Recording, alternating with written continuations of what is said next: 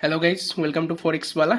यो गोल्डको चार्ट हो। हिजो मैले भनेको ट्रेड पहिला याद गर्नु, हिजो मन्डे थियो र मैले चाहिँ यो लेभलहरूबाट चाहिँ पिक गर्न सकिन्छ and you can hold up to 4029सम्म होल्ड गर्न सकिन्छ भनेर त्यहाँ चाहिँ मैले चार्ट नै अपलोड गरिदिएको थिएँ।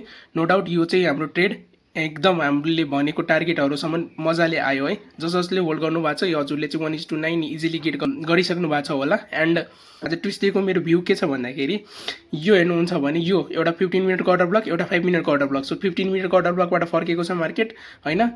नो डाउट मैले चाहिँ यहाँ एउटा ट्रेड प्लेस गरिसकेको छु। 5 मिनटमा इफ आयो भने अझै प्लेस गर्छु है। र टार्गेट कति हुन्छ भन्दाखेरि आजको लागि मेरो टार्गेट कति हुन्छ भन्दाखेरि फर्स्ट टार्गेट चाहिँ 4106 को लेभलसम्म हुन्छ है।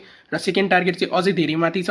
कसैले होल्ड गर्नुहुन्छ भने 4244सम्म होल्ड गर्न सकिन्छ। यो चाहिँ अलिकति टाइम लगाउन सकिन्छ बट नो डाउट हजुरको चाहिँ यो फर्स्ट टिपी चाहिँ अलिकति छिटो एचिभ हुने म देखिरहेको छु है। सो जसले चाहिँ मलाई फलो गर्नुहुन्छ एकचोटि यो ट्रेड हेर्नु होला है। ल यो म यसको अपडेट पनि दिनेछु। र हिजोको ट्रेडको हेर्नु है। हिजोको ट्रेडको मैले यहाँ लेभलमा भनेको थिएँ, नो डाउट यहाँबाट चाहिँ फर्क्यो।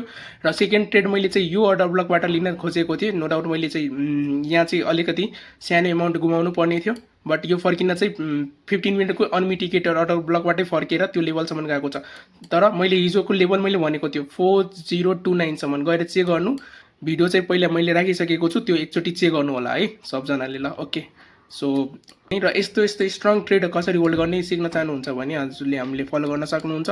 र युट्युबहरूमा पनि फ्री परेको छ, हजुरले त्यहाँबाट पनि मजाले हेर्न मिल्छ है। सो अहिलेको लागि यति नै। See you in the next video.